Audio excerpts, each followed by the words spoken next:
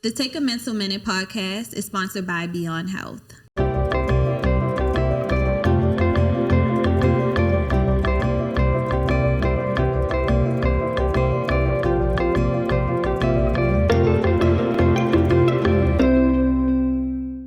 The following program contains discussions involving suicide and violence. Viewer discretion is advised. In this powerful and heartfelt episode, we aim to break the silence and raise awareness about suicide. Here today, we have joining us Miss B. Will. Hello. And Miss Sierra Armwood. Hi. The CEO of Beyond Health. Thank you, ladies, for joining us. And first off, I want to talk about what suicide awareness means to you. I think that's important for us to start off with, because we need to know. Yes. Well, suicide to me, bringing awareness to the word suicide is really, really something that I hope everyone takes a minute to recognize, because it will help someone. And bringing awareness to a thought that someone might have, which is suicide, can basically like set the tone to know if you really would go through with it. Have people to help you, such as therapists, friends, peers. Just bringing awareness to it. And to me, that means to talk about it and to let people know that it's okay to feel these ways, but you also need to say something so that others are able to, help you get to the next step, which is to be aware of these thoughts that you're feeling. Absolutely.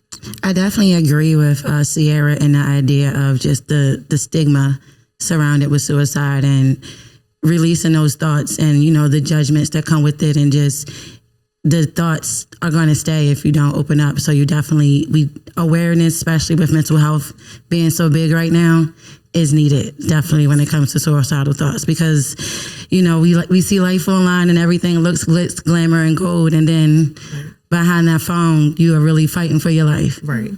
So awareness is definitely important. Yes, I agree. And I'm glad that we're able to talk about this today, because so many people are fighting literally for their lives. And, it's needed. These conversations are needed, and people need to hear this. People need to hear your stories. And, I hope that today we can truly help some people with this conversation. I do too. Yes. Oh, yeah. And I think we will, especially for the positions that all the three of us, kind of hold in the spaces that we're in. We're probably the last three people expected to be having this conversation, especially Sierra, you and I, with, talking about our stories. So as long as we can, reach one person, I think we're going to be successful with this today. Yeah. So I know, like, some people open up about their experiences and some people don't. And, why do you guys think that it's so hard for people to open up? Like, a lot of us have friends and have people that care about us and have family members, and it's just difficult to, I'm sure people face judgment, like you said. And, that's the biggest word. Why do you guys think that it's like, I think that's the biggest thing, the judgment of it, and just for people to say like, "Oh, she crazy. I would never do that to myself." And it's once a person actually experiences suicide thoughts or suicide ideation, they will know that it's like it just comes over you, and it's nothing that you can control. So I believe that it's nothing to be embarrassed about. Just make sure that you have the right resources and the right help. But that's why I think people don't want to talk about it, or they are scared to open up about it because of how people are going to judge them. And with being like Brittany said, a lot of people, even if it's a person that you think got it going on, and you're like, wow, they were thinking that, that's really the person that I want this episode to reach, because you would think that they would never have those thoughts. Yes. And it's okay. Yeah. And that's usually, right, like when you think about, people who have committed suicide, right? Like that's usually the first response that people says, like, I'd have never thought that person, I can't believe they did not seem, and it's like, right. You had no idea what they was going through. And it's like, they probably felt like they couldn't talk about it because of judgments, because of possible isolation, and, people just kind of looking at them differently, interacting with them differently. And that all kind of goes under judgment, honestly. So I also think for the actual person too, they're actually scared to talk about it, because it's like, what's wrong with me? Why did I think that? Why did I think I should do that to myself? Or why am I having these thoughts? Like, someone really got me to that point to feel that way about myself. Yeah. Oh. What do you think, like you said, someone got you to that point, or something, or People, places, and even things. Just, yeah, exactly. Because that's the world we're living in right now. People, places, and things. Exactly. And we're all just, everyone, like, I think the thing that, like, these experiences are human experiences, everyday experiences that so many people go through. And I think that that's something that needs to be highlighted as well, because, who knows what you may go through that may take you to that point. You know what I mean? So, yeah. Or just trying to show up every day, acting like you're not going through these things. Exactly. You know what I mean? Showing face and being this bright, bubbly person on the outside when you're interacting with people. Yeah. And then still internally like, I am about to lose my fucking mind. You know what I mean? And you like... I'm ready to be out of this. Like, so... And one wrong word or moment or thing can change that. Can trigger that. Yes. Yeah. And it's like, that's why people have to be kind to one another all the time. Absolutely. I teach my child to be just kind and nice. Don't be a mean girl, because you never know what a person is going through, or what they're thinking, and they're not saying. Yeah. So, be mindful and give everybody grace. Yes, absolutely. Sure. I would like for you ladies to share your stories when we come back. Okay. We're going to get ready to hear your stories and your experiences of what you two went through. And we will be right back. At Beyond Health, we understand that mental wellness is a personal journey and you don't have to walk it alone. Our care team provides therapy, mental health services, recovery treatment, and mentoring for youth, adults, and families, helping you build confidence and life skills in a supportive environment. Ready to take the first step toward a healthier, fuller life? Visit BeyondHealthPRP.com. Beyond Health provides our LGBTQIA community a safe, accepting place of recovery for substance abuse, mental health issues, and assistance with stable housing. Beyond Health serves those in our community who wish to beat the expectations and fulfill their dreams.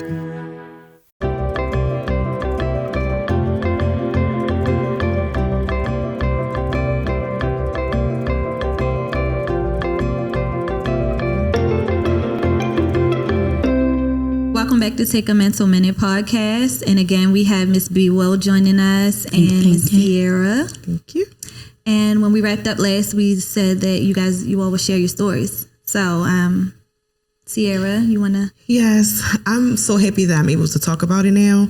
I had a tragic time in my life, and I never was a person that would be against, somebody said they want to hurt themselves or harm themselves, but I never thought that I would be the person that felt that way. I've always loved myself, and when I experienced the death of my loved one, I had a hard time. I lost so many people. First of all, I lost him, the love of my life, and that was really, really hard for me. I lost a lot of friends. I lost family. And so it was a lot on me. And I felt like when people were attacking me or not wanting to talk to me or not be around me anymore, I'm like, what did I do wrong? Like, I didn't kill the person. Like, what's going on? But everybody just gave me a cold shoulder, and I just was like, what is going on? Because I wasn't that person. Normally everybody came to me, we had a good time, I'm a vibe, and so one day I was actually driving home with my significant other's cousin, actually, and she's my cousin too, but we were driving home, and I literally was thinking to myself, and I was driving her to her house from my house because nobody wanted me to be alone at this point, and I was just thinking, like, why do everybody hates me? And only way I can fix this is if I just kill myself. And when I was driving, I remember like it was yesterday, I was like, if I just put a gun to the side of my head and just like blow my head out, blow my brains out, nobody would be mad anymore. Everybody would get back to being their normal selves, and nobody would hate me anymore. And just like all this drama would go away. And I remember I was at a light, and my cousin, or his cousin too, she looked over and was like, what are you thinking? And I was like, how in the hell do you know I'm thinking something? Like, what are you talking about? And she was like, something's wrong. Like, what's wrong? And I said, Nellie, I really was just sitting here thinking like how to make this all go away. And the only person that can do that is me, and just leaving this earth. And she was like, oh no, are you crazy? You can't do that. What about Nori?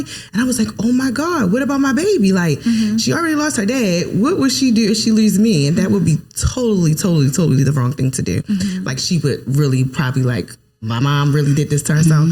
So that was the one thing that I'm happy that Nelly was in the car with me at the time, because I just knew, like, I'm gonna drop her off and I'm gonna go home. I don't even got a gun, but I'm just find something, and this would be all over. Everybody would be happy. And she didn't let me go by myself after that, of course, but it just was like, dang, like, I really, when I sat down, when we got to her house, we prayed and we prayed and we prayed and we prayed. And when the next morning, I was like, dang, I really felt that way. And that's not what I want to do.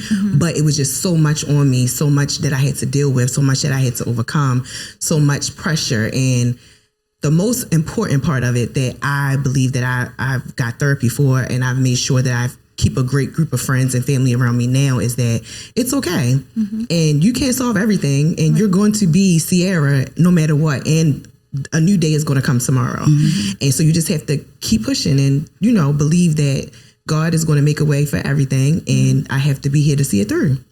So yeah, that was, I remember that day like it was yesterday. And literally before, I'm gonna say even probably last year, when I used to think about that day, I used to cry so bad, because I'm like, God, I would never want to do that to myself. Why would I do that? You've blessed me. You've, you know, kept me going. And I would really just do that when I know that you have a purpose for me in life, and I haven't fulfilled that purpose for him yet. So I still got to stay here and do what it is that I need to do, the work, the assignment. And so yeah, that was a hard time for me, but I got over it. I'm working through it still. I don't feel like I have those thoughts anymore, but yeah, it happened. What helped you? Just really prayer, honestly. And just knowing, like I said, that I had to keep pushing. My assignment wasn't done here yet. So how would I be able to leave here on my own, you know, doing it myself? And I'm not even done what God asked me to do on this earth. So that's how I actually overcame it. I feel like, and like I said, in that moment when Nelly said, well, what about Nori? And that's like my why all the time, because I'm like, dang, yeah, what about Nori? So yeah, I don't know, but God going to see you through. Yeah, every time. Every time. So how about you, honey? Almost similar in a way. Ironically for me, one of the biggest career highlights was like the domino effect of the darkest time I ever had in my life. Like, I moved to New York by myself and didn't have these thoughts ever cross my mind. It just was like, I'm going to figure it out. But internally, what happened, and everybody saw, like, you know, the glitz, the glam, and what was like a successful event, internal turmoil was just done. A lot of relationships I walked into that event with weren't there when they were over. You know, when the dust settled, I lost some of my closest friends, you know, and I lost my mom at 19. So this is all happening around the time of my mom's anniversary date. I'm now basically out of a job. I'm out of a friend group. I'm out of everything. I just put all of my everything into this event, and it's this, it's that, and it just was one thing after another, after another. And then my dad, I heard some bad news about my dad, and I'm just like, I'm running on E. I'm running on E so much. I'm having anxiety attacks. I'm in a store and I pass out because I had a panic attack, and I'm exhausted. And I'm just still trying to run on E, and it's just like I'm not seeing any light at the end of the tunnel. And then it was like that. So it just was everything at once. And it's just like, you know, if I go outside, it's like, well, I can't believe you just did that. You did it. When the next one? And I'm like, the next one? I'm not even sure if I'm about to see the next day. What are y'all talking about, the next one? After I heard the news about my dad, and then, you know, that it was just like some family BS, and it really wasn't what it was. And it's just, people just effing with me, like, excuse my French, but it's just like, because my family thought, and the people around me thought that, you know, you just had this big experience, you have this, you have that, and it's like, I ain't got nothing. I barely got me. I barely got a place to live. So I got home one night, like, after I got about 5 people calling me, they looking for this, they looking for that, where's this, where's that? And I'm like, I have no answers. Like, everything I felt like I was trying to do at that time was just like not working. Nothing was working. And I got home one night, looked at that bottle of Tylenol, took the whole bottle, took the entire bottle. I texted my 2 friends who had my address, told them what to do, and went to sleep. Lo and behold, I woke up the next morning. The fire department is like, they done banged down my door. They like resuscitate me. Like, I got all of the IVs, and I'm just like, I'm still here. So, you know, in that moment, it just was like, okay, you might not see the light, but God see the light. So you got to stay here and figure it out. And like I said, it wasn't like I just woke up and things were just better. No, because like you said, some people separated themselves immediately. Like once certain things got out, it was like, the hell? Right. Why would you let somebody else's thoughts or somebody else's affect you that much? And it's just like, when you put people on a pedestal and you Absolutely. Are so loyal to, this, and you see this through, and if you know anything about me, I'm a perfectionist in every sense of the way. So one wrong turn is like, oh, hell no. This is, everything is awry because it didn't come out how I wanted it or how I seen it. So it's like, I let everybody down is what I felt like. And then it just was like, well, B, what about you? Mm-hmm. You know what I mean? Like, you did this for you, so you still being here is saying that you still got more to do. Right. So. Well, we are glad that both of you ladies chose yourselves and chose your lives and chose to stay with us. And I hope that, anyone else out there, if you are having these thoughts and you are having these experiences, that you reach out for help because help is here. Yep. And you matter and you deserve to be here. Yep. And I'm glad that we had this conversation. Yes. Thank you both so much.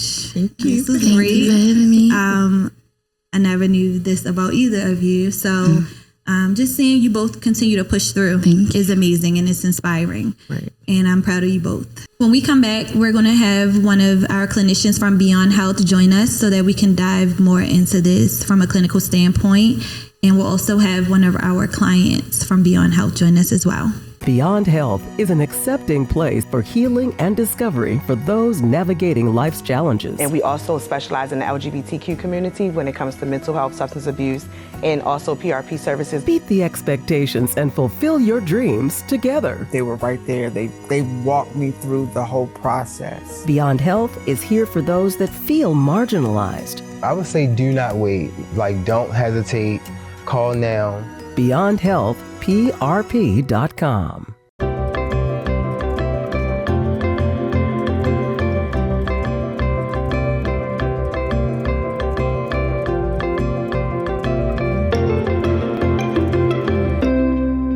In this powerful and heartfelt episode, we aim to break the stigma for Suicide Awareness Month. We hope that our listeners feel encouraged and supported during this time. Here we have Miss Caitlin and Miss Jessica joining us, and we're going to talk about some of the things. We first want to talk about depression, functional depression, because that's one of the important things that we feel leads to, sometimes can lead to people feeling those thoughts of suicide. And so that's important for us to discuss today. Of course. So yes. How do you guys feel about that? You want to go first? You want me to go first? I can go and go. Sure. It also is important to note that with clinical depression, I myself have clinical depression, and you have to take medicine for that. Whatever depression medicine works for the person. Seek out your psychiatrist for that. You have to be medicated because your chemicals in your brain are not aligned properly, and that's why you got to stay taking your medicine all the time if you have clinical depression. Now, if it's just non-clinical depression, then that is periodically. That can be like someone can have depression for just a little bit or whatever, but when you have the clinical depression, that's lifetime. Like for me, I have to take my medicine all the time, and when I'm off of it, which you'll probably hear in some of my stories, when I've been not medicated, then there's been moments that the thoughts come more often. Like I told Miss Kaylin, Miss Kaylin's my counselor,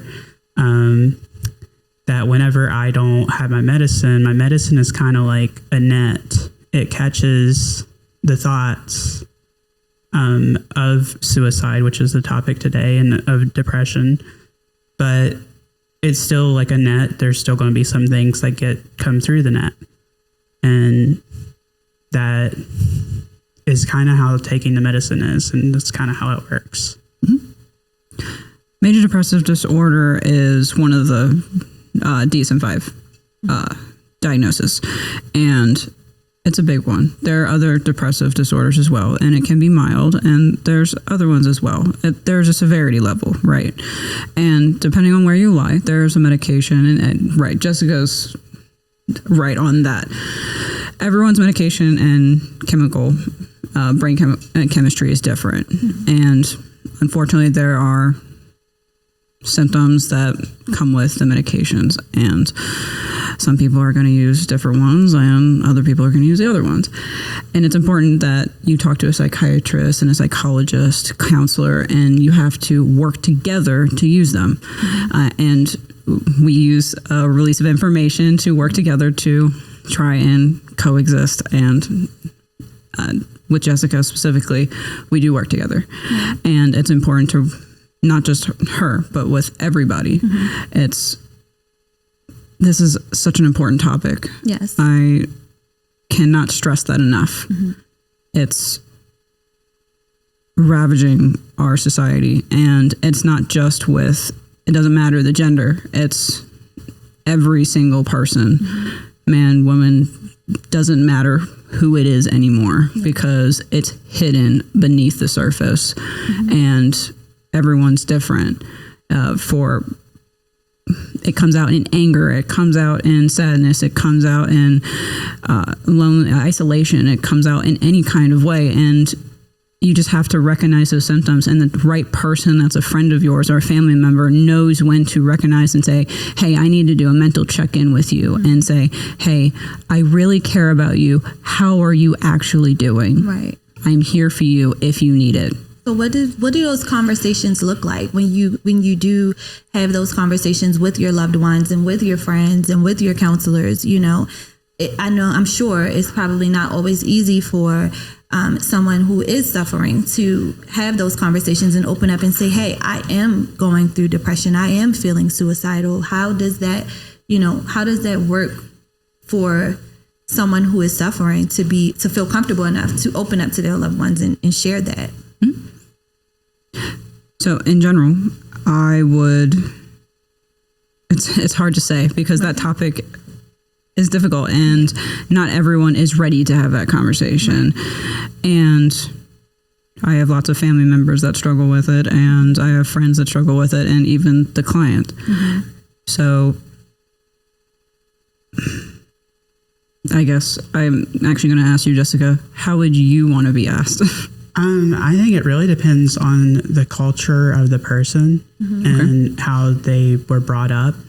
For me, I was brought up in a family that was like, go talk to God, go talk to Jesus.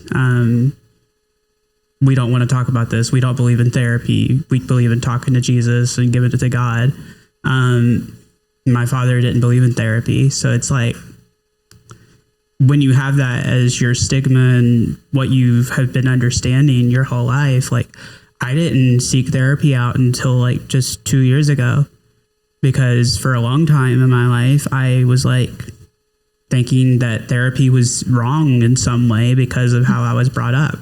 And so I think that's why it's important to understand people's culture. So like, say if it's a friend and you don't know their culture or how they were raised, maybe you've only been friends for a year or something, but like sometimes you got to know like the background of people, and because their culture may be like therapy, medicines, they think it's wrong. Absolutely. I definitely agree with that. And that's a big part of my job that I have to recognize as well too, because you and I have had that conversation, right? Because when it comes to culture, religion is a big conversation that we have, because it is, we talk about AA and NA, right? And that is, for some people, it's very religion based, but higher power doesn't always have to be God based. But for some people, it's, oh my God, God is, I don't want to deal with that at all. But that can be just Mother Nature. That can be for some people, that's a toaster that could be in it. For other people, it's anything else. It can be Buddhism. It can be anything. Yeah. And in general, it doesn't even have to be those. Right. It can be just yourself. I believe in believing in me. Right. And when it comes to this topic, when it comes to depression and going through those, and she's talking about culture, and she's very right, because for some people, culture is not just talking about color, race, and ethnicity. You're talking about some people don't know what it feels like to be homeless. You don't know what it feels like for somebody that has just one parent. You don't know what someone feels like to have different religions. You don't know what someone feels like to have live in a different country. You don't know those types of things, and you have to talk with somebody about those and be able to learn. And exactly, and you have to be able to learn and be able to understand. And you come from a place of, we learn and do not judge. I want to listen and do not judge. Right. And that's the biggest part of my job that I want to try and emanate. And of course, I'm sure that helps with, Jessica's healing process. Yes. And, because a lot of people don't know how to heal from what they're suffering from. A lot of people don't, or what they're going through. A lot of people don't know how to, reach out, or, when is the right time, or, so how do you feel that some of the things that are working for you in order to heal? I know that you talk to your counselors, and, you are looking at yourself, and what you could be doing. So how are you healing? What are some of the things that are helping you that could help others? I think for me, the big thing is I don't want to get too much into my story, but I was told most of my life that I shouldn't exist. And I believed that for a long time. I went through quite a lot of hardships with my family, with that question, and with abuse and neglect and other things that I had gone through. I went through a lot of severe things with that. And I think there's a lot of other people that go through similar things like that. And so coming to Beyond and meeting Miss Kaylin and Miss Martin and some of the other people, and even you, that take time to actually listen to me and make me feel heard, that was huge for me. And I've only been here 2 months, and it's like I feel like mentally I've grown so much. Well, thank you, Jessica, for sharing your amazing story. I'm sure that our listeners would enjoy hearing it, and you would absolutely help someone who is going through similar things to what you're going through. And thank you, Caitlin, for that information and for giving us your input. We value it and we appreciate it. And thank you to our listeners who have tuned in to watch this episode today. Until next time, be sure to join us in our next episode of Take a Mental Minute podcast, sponsored by Beyond Health. Thanks for watching.